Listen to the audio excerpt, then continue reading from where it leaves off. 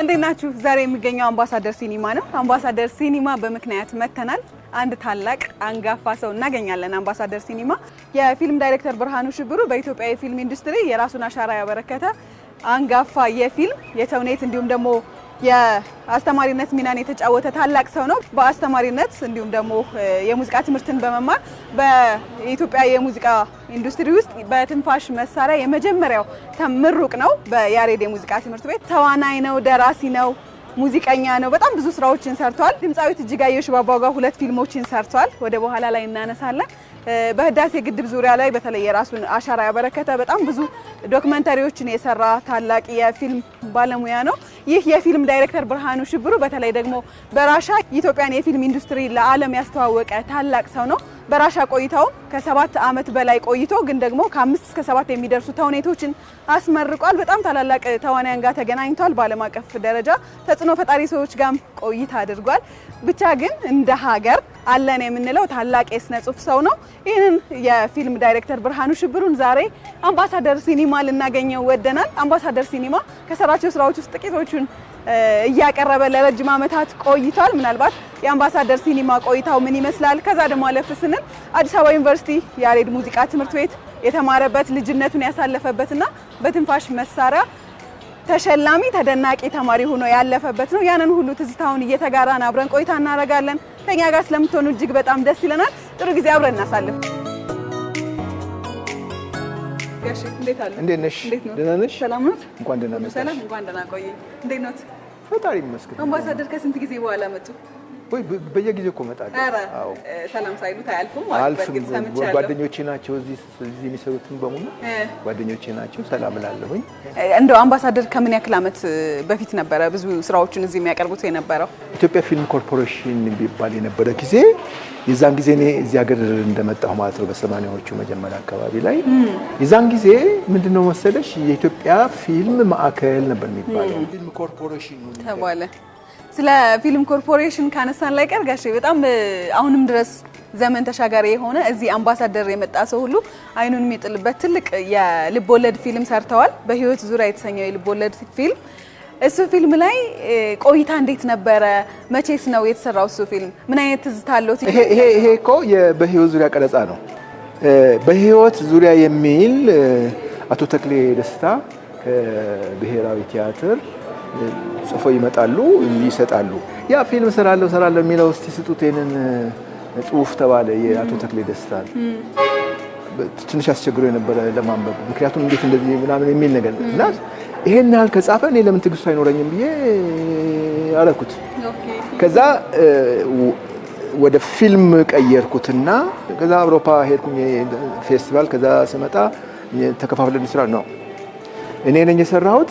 እኔ ኃላፊነቱን ወስደዋለሁ። ሰራዋለናል ካስት አደረግን መረጣ ሄድን ገባን ምናምን አስተካከልና ጀመር። ለምሳሌ የመጀመሪያው በኢትዮጵያ ፊልም ኮርፖሬሽን የፊልም ጥበብና ምርት እና 1980 ሲቀረጽ ነው። ይሄ ንጋቱ መርዳሳ፣ አበበ ቀጸላ ካሜራማን፣ ብርሃኑ ሽብሩ ዳይሬክተር እና እዚህ ጋር ያለው ውበት ደግሞ በጣም ገራሚ ነበረ። ከውሃ ውስጥ እንደወጣች እኮ ነው። በጣም ነው የምታምረው። ምክንያቱም እንዴት ነበር ያኔ ለምሳሌ በኢትዮጵያ የልብ ወለድ ፊልም በጣም ብዙ ዋጋ ተከፍሎበት የተሰራ ቆንጆ ፊልም እንደነበረ ነግረውናልና እንደው ተመልካቹ ጋር የነበረው አስተያየት እንዴት ነበር ጋሽ በጊዜው? የሚያስገርምና የሚያስገርም ሲመረቅ በጣም ተወዳጅ ሆነ። እኛ ያስመረቁት ሰው ሰልፉ ከዚህ ሄደሽ የት ነው በዚህ ሄደሽ የት ነው።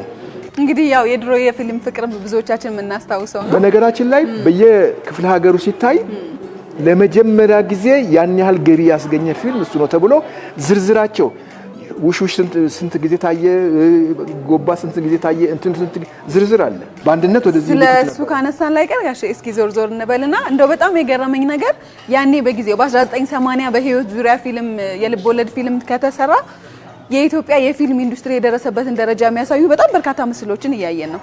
ዶክመንተሪ ፊልም ኢትዮጵያ ቴሌቪዥን እንደሚሰራው ዶክመንተሪ ፊልም ይሰራሉ። ግን ልብ ወለድ ብሎ ነገር ማንም ያን ወደዛ መግባት የሚፈልግ ሰው አልነበረም። ያ አይነት ነገር ነበረ።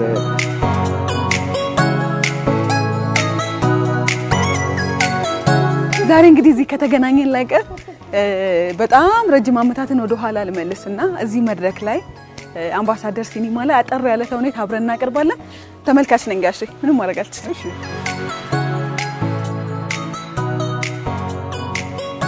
አገሬን አገሬ የኔ ወርቅ አገሬ የኔ እንቋልማዝ ምድሬ አለኝ የምነግርሽ በጣም አጭር ወሬ። ትላንትና ሌሊት ትዝታና ትክዘት ተጠናከሩና እውኔን እያቃዡት ስሜቴን ነኩና ሆደ ባሻ አይኖቼ በእንባ ተሸፍነው እጆቼ ካፖርቴን የአንገት ብርድ ልብሴን ቆቤን ውልቅልቅ አድርገው ለብርዳማው ንፋስ በአደራ አቀብለው በውድቅት ሌሊት ሩሲያ በረዶ ላይ ተኛሁ እርቃን ራቁቴን። በነጋታው ጠዋት ባዕድ ሁሉ አወቀ በናፍቆት መስከሬን። አገሬን እነግርሻለሁኝ ያልኩሽ አጭር ወሬ አፈቅርሻለሁኝ ይሄው ነው አገሬ።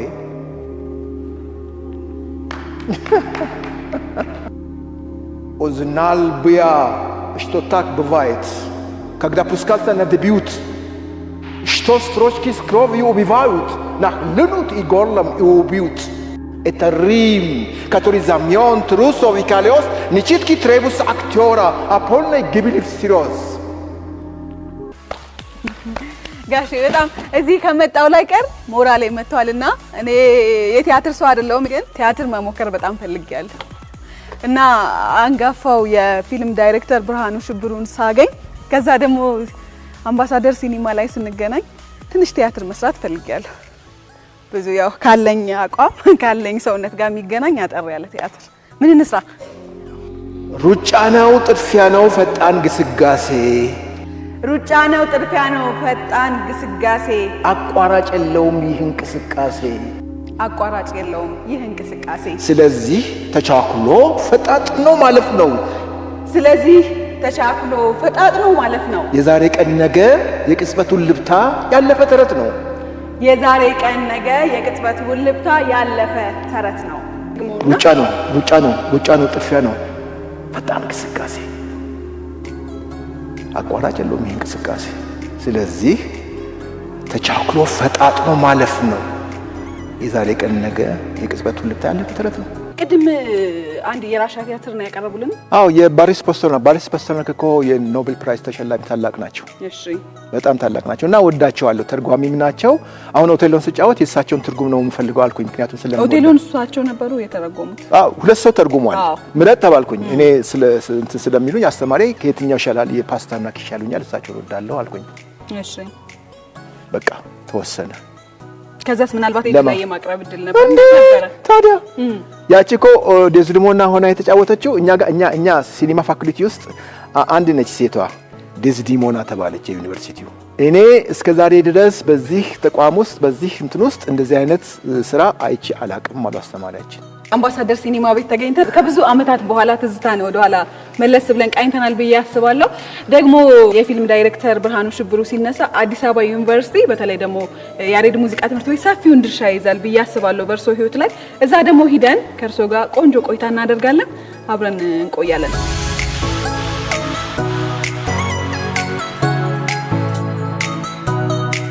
በጣም ጥሩ ቆይታ፣ በተለይ ደግሞ ረጅም ጊዜያትን ያሳለፍንበት ለህይወታችን መሰረት የጣልንበት ትምህርት ቤት የሚባለው ቦታ ላይ ነው የተገኘነው። ይህ ደግሞ እንግዲህ ምናልባትም እርሶ አሁን የደረሱበት ደረጃ ላይ ትልቅ መሰረት የጣሉበት ቦታ ይመስለኛል። ሆለታ ነው ተወልዶ ያደጉት። ልጅነቱ እንዴት ነበር? ወይ ደግሞ ወደ ጥበብ እንዲያደሉ ያደረገበት የልጅነት እድሜ የትኛው ነበረ? ምንድነው? እዛ ብዙ አማራጮች ነበሩን በልጅነት። ለምሳሌ ያልሽ እንደሆነ ፊልም የምናይበት ነበር። ልጆች ሆነን ፊልም የምናይበት ነበር። ትምህርት ቤታችን ደጃዝማች መንገሻ ይልማ አስተማሪዎቻችን ይገርሙኛል ዛሬም ሳስባቸው። በጣም ያበረታቱሽ ነበረ። የጽሁፍ ውድድር፣ የግጥም ውድድር፣ የስዕል ውድድር፣ የእጅ ስራ ውድድር የሚባል ነበረ እና ትሳተፊያለሽ። አስናቅ አዳራሽ የሚባል አለ። እዛ ነው በጣም ትልቅ አዳራሽ። ጋሽ ብርሃነ እያሱ የራሳቸውን ድርሰት አመጡልን። የጥበብ መጀመሪያው የሚል እና እዛ ላይ ቄንጠኛ ሆኜ ነው የምሰራው። እሺ እና መምህር ነው አስተማሪያችን ይመጣና የጥበብ መጀመሪያው ምንድን ነው ይላል። አንደኛው እጁን ያወጣል አስተማሪን ማክበር ነው ይላል። አንደኛው እናት አባትን ማክበር ነው ይላል። እንደዚህ ይላሉ። መጨረሻ እኔ ጋር እሺ አንተ እዚህ ላይ የጥበብ መጀመሪያው እኔ እንደማስበው ቄንጠኛ ልብስ ለብሶ በጣም ተሽቀርቅሮ በልዩ ስታይል ጸጉሩን አበጥሮ አሮ ሸሚዙን ግጥም አድርጎ ለብሶ ቫይስሮ ሲጋራ ከንፈሩ ላይ ጎርሶ የአሜሪካን ከረባት ጣል ያደርግና ጆን ዋይት ሹል ጫማ ከእግሩ ይሰካና በተንፈላሰሰች ካዲላክ መኪና መዞር ነው ከተማውን በአዲሱ ጎዳና። ሲዞር ውሎ ሲመሽለት በልዩ አረማመድ መሄድ ነው ዳንስ ቤት። ያለበለዚያም ከአንዲት ቆንጆ ወጣት ተያይዞ መሄድ ነው ሲኒማን ለማየት። የእውቀት በር ነው ብዬ የማምንበት ይህ አሁን የዘረዘርኩሎት ነው። ቲቸር ሰሙት? ተደሟል መቼስ አስተማሪው ኖ በጣም ጎበዞች ነበሩ። ለመናገር አይደለም በጣም የሚያበረታቱሽ ደግ መምህራን፣ በጣም ሽቅርቅር የሚሉ መምህራን በቃ አርአያ ስር የሆኑልኛ እነሱ ነበሩ። ስለዚህ የፊልም ዳይሬክተር ብርሃኑ ሽብሩ መሰረቱ ከልጅነቱ ነው። ለጥበብ ቅርብ የሆነበት መነሻ የዛ ጊዜ ነው አስተዳደጉ ነው ማለት እንችላለን። ሂሳብ ትምህርት አይወዱም ይባላል። ለምንድን ነው ግን? እኔ አላውቅም፣ አልወድም። አድናቂ ነኝ ግን አሁንም አልወድም ነው። አዎ አሁንም አልወድም ግን አድናቂ ነኝ። አንጋፋ የፊልም ዳይሬክተር ነው ትርሶ፣ ፎቶግራፈር ነው ትርሶ፣ አስተማሪ ነውት። ከዛም ደግሞ በጣም የሚገርመው ተዋናይ ነውት እና በጣም ብዙ ዶክመንታሪዎች፣ ብዙ ቲያትሮች፣ ብዙ ግጥሞች አዘጋጅተዋል። እንደው ወደ ያሬድ የሙዚቃ ትምህርት ቤት የመጡበት አጋጣሚ እንዴት ነበር? እሱን እናስታውስና የሙዚቃ ትምህርት እንዴት እንደመረጡ እናንሳ። ወደዚህ የመጣሁት የዛን ጊዜ ሁለተኛ ደረጃ ስንገባ ወይ ስዕል ትምህርት ቤት ወይ ሙዚቃ ትምህርት ቤት ነው እና ሙዚቃ ትምህርት ቤት አይታወቅም ነበር፣ የዛን ጊዜ አናውቅም ነበር። በአጋጣሚ ስንመጣ ይሄ ነው አሉኝ። ለምን አንሞክር? በጣም ደግ ሰው ነበሩ። አሁን ስማቸው ጠፍቶኛል። አስተዳደር የነበሩ የዚህ ትምህርት ቤት ልጆች አሉ። መጣን እና ፈተና ይሰጥ ነበር።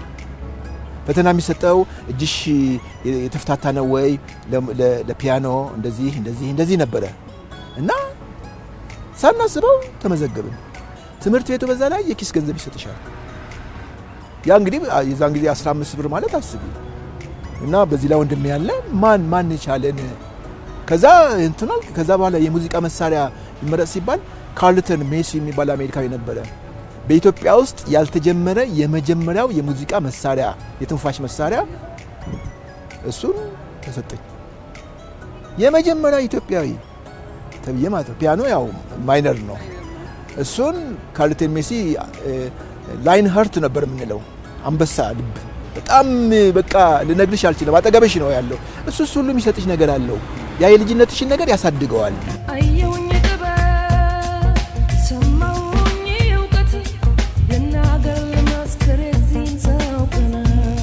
በጣም ብዙ ስራዎችን ሰርተዋል። ለምሳሌ ዘጋቢ ፊልሞች ላይ በጣም ቀዳሚ ነዎት። ተውኔቶች ላይ፣ ግጥሞች ላይ ቅድም እንዳነሳሁትና ሁሉም ሰው የሚወዳት በአንድነት የሚወዳት እጅጋየሁ ሽባባው ሁለት ስራዎችን አብሮት ሰርተዋል ከእርሶ ጋርና ያ ፊልም እንዴት ተሰራ? ምን አይነት አጋጣሚ ተገኝቶ ነበር? እንዴት ነበር ጊዜው? የዛን ጊዜ ቪዲዮ ነው። የቪዲዮ እንትን ራሱ ፕሮጀክተሩ ማሳያው ራሱ ነበረ እንዴ? የለም እኮ የሞት ፍቅርን ብቻ ከአሜሪካን ኤምባሲ ነው የተሰጠን ሂልተን እንዲመረቅ። የት ታገኛለሽ? አሁን እንዳሁኑ ፕሮጀክተር የቪዲዮ ፕሮጀክተር የት አለ? የለም። የዛን ጊዜ ኤምባሲዎች ውስጥ ነበረ። ከአሜሪካን ኤምባሲ ነው አምጥቶ ሰጡን። የካልቸራል አታሼው አመጣ ሂልተን የተመረቀው የሞት ፍቅር። መጨረሻ ላይ ታየ። ጸጋይ ገብረመድህን ነበሩ። ቤስት ፐርፎርማንስ የማን ነው? የእጅጋየሁ ሽባባው። ደነገጠች፣ ጮኸች። እሷ ነች የተሸለመችው። ደግሞ ወደ ሙዚቃው ሳትገባ ነበር አይደለ? የዛን ጊዜ ምንድነው እሷን እኮ ስመርጣት እንዴት ነው መሰለሽ? የጊዜያችን ሰዎች አንድ የሞት ፍቅር ሁለቱም ፊልሞች የጊዜያችን ሰዎች የተመረጠችው እንዴት ነው? እኔ ከማንም በፊት አውቃታለሁ። ከዛ ኬንያ እንደሄደች አውቃለሁ። ከኬንያ እንጻጻፍ ነበረ። ግን እጅጋየሁ ነበረች እጅ የምትባል አታውቋትም እናንተ? እንዴት አይነት ጉደኛ ስራ ትሰራ ነበር። አሁን ናይሮቢ ነው ያለችው ምናምን አልኩኝ። በቃ ትመርጣለህ አልኩና ተለያየን። ጠዋት በኋላ አምባሳደር ፊልም ለማየት ሄድኩኝ። 10 ሰዓቱ አልቆ 12 ሰዓት ለመግባት ነው። ቁጭ ብዬ ያለው ፊልሙ አልቆ ልንገባ ስል እጅጋየሁ ከአዳራሽ ትወጣለች። መታ ማለት ነው። ወይ ብላ ጮኸች። ይኸውልህ አዳምጠኝ፣ ካሴቷን ይኸውልህ የሰራሁት ምናምን ጠዋት ይሄን አውርቼ ከሳቴ ሆነ። በቃ ትመጫለሽ አልኩት ምናምን አልኩኝ። ይሄ አዳምጥልኝ የጀመረችው ሙዚቃው ማለት ነው። በቃ ማታ ቤት ስገባ ደወልኩኝ። ቤት መታለች ያቺ ያልኩ ልጅ ጠዋት ነይ ብያታለሁ ምናምን መጣች። አለቀ ገባች።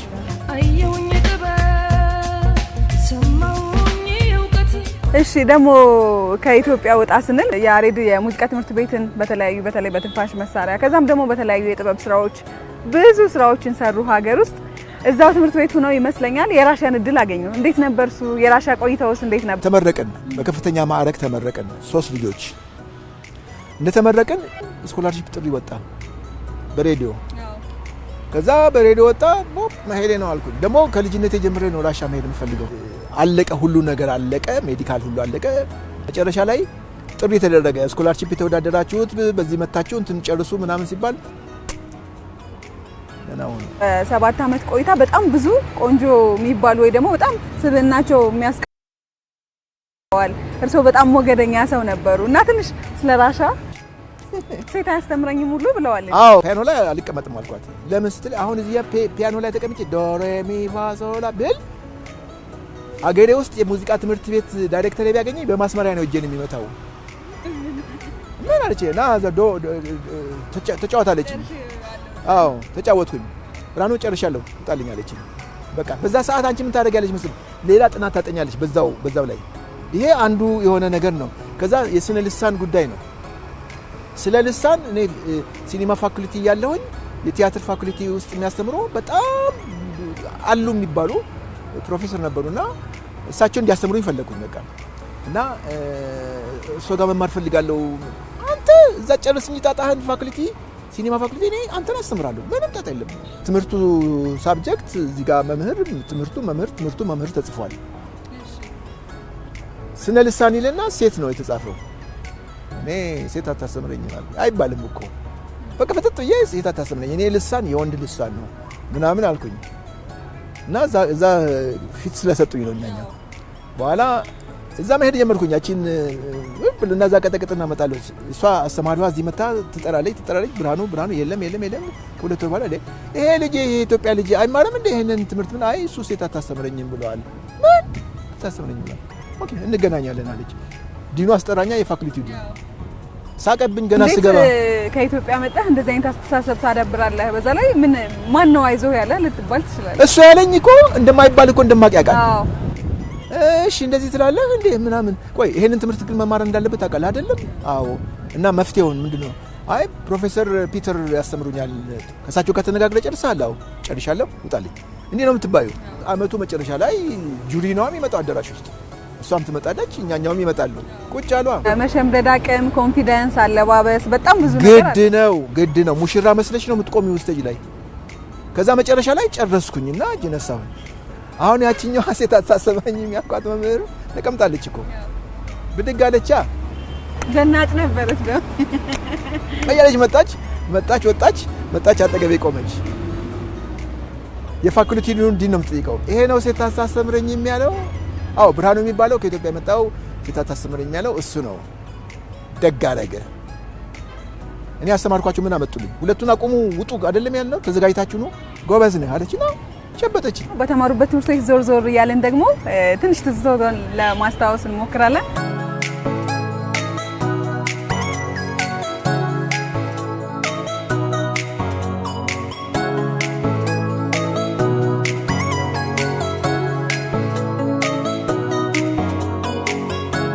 እንዴት አላችሁ? ላምሮት እባላለሁ። ደህና ናችሁ? እንዴት አላችሁ? ከየት መጣ? ይኸው ልጎበኛችሁ መጣሁኝ። አንዳችሁም የላችሁም? ግቢውን ይኸው እያስጎበኙ ነው። ብቻቸውን እንዴት አለ? ሰላም ነው?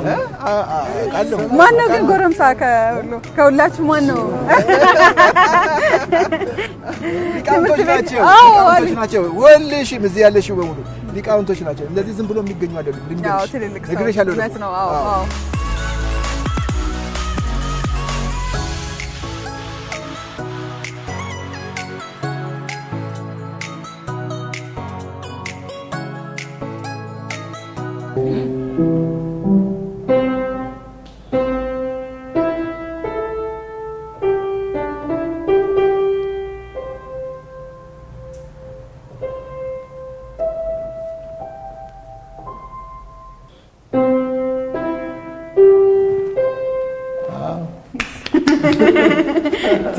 ይሄ እንግዲህ እርስዎ የተማሩበት ትምህርት ቤት ነው። ለመጨረሻ ጊዜ ግራጁዌት ያደረጉት በ1964 ዓመተ ምህረት ነው አይደል? ይሄ ማለት በጣም ረጅም ዓመት ነው። ከዛ በኋላ እዚህ መተን የሙዚቃ ትምህርት የተማሩበት ቦታ ላይ ተገኝተናልና የተለያዩ የዓለም ሀገራትን ዙረዋል። እርሶ በአንድም በሌላ በሙዚቃ ትምህርት በሌሎች ስራዎች ምናምን የተለያዩ የዓለም ሀገራት ሂደዋልና እንዲያነጻጽሩልኝ የሚፈልገው ነገር የኢትዮጵያ የፊልም ኢንዱስትሪ አሁን የደረሰበት ደረጃ እንዴት ይገለጻል? ከባድ ነው፣ ለእኔ ከባድ ነው። ብልጭ ብሎ የነበረው ፊልም የኢትዮጵያ ፊልም ኮርፖሬሽን ነበረ። እዛ ውስጥ ብዙ ነገሮች ሊሰሩ ይችላል ነበረ። አሁን ባለው ሁኔታ ላይ አሁን ለምሳሌ ስትሄጂ እኮ ሌላ ሀገር አሁን ለምሳሌ የሞስኮ ፊልም ስቱዲዮ ሞስ ፊልም 100ኛ ዓመቱን በፈረንጆች ባለፈው ዓመት ነው ያከበረው 100ኛ ዓመቱን ሞስ ፊልም። እዛ ስትሄጂ ምንድነው የምታዩ? 300,000 አልባሳት ታገኛለሽ። 100 ዓመት ውስጥ የተሰራበት ልብስ 90,000 ቁሳቁስ ታገኛለሽ። 90 ክላሲካል መኪኖች ፊልም የተሰራባቸው የድሮ መኪኖች እዛ ታገኛለሽ። እነዚህ በሙሉ እንዲህ ተቀምጠዋል። ያንን አስቤ ወደ ሀገሬ ስመጣ ያስደነግጠኛል። የት ነው ያለሁት ስትይ ያስደነግጠኛል። ለኔ ይከብደኛል። አሁን የምታያቸው ነገሮች አሉ።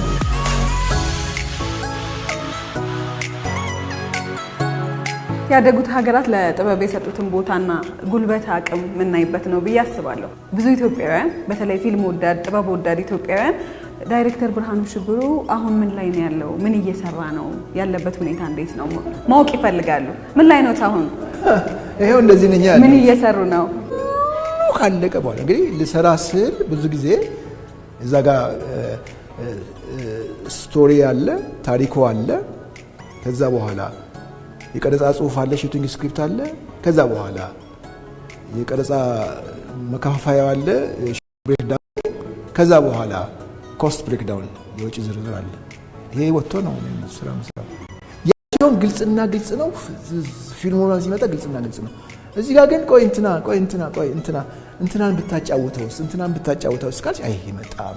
ለሙያው በቂ እውቀት ያለው ሰው ይፈልጋል፣ ኢኮኖሚ ይፈልጋል፣ የሰው ኃይል ይፈልጋል። እንዲሁም ደግሞ በፊልም ኢንዱስትሪው ላይ ያሉ አካላትም የየራሳቸውን ድርሻ መወጣት አለባቸው ማለት እንችላለን አይደል? የፊልም ዳይሬክተር ብርሃኑ ሽብሩ በተለይ ደግሞ ከፋና ቀለማት ጋር በነበረን ጥሩ ቆይታ ልጅነቱን ትምህርት ቤቱን አስታውሰው ከኛ ጋር ጥሩ ጊዜ ስላሳለፍ በጣም አድርገን እናመሰግናለን። እግዚአብሔር ያክብርልን። እናንተንም እግዚአብሔር ያክብራችሁ።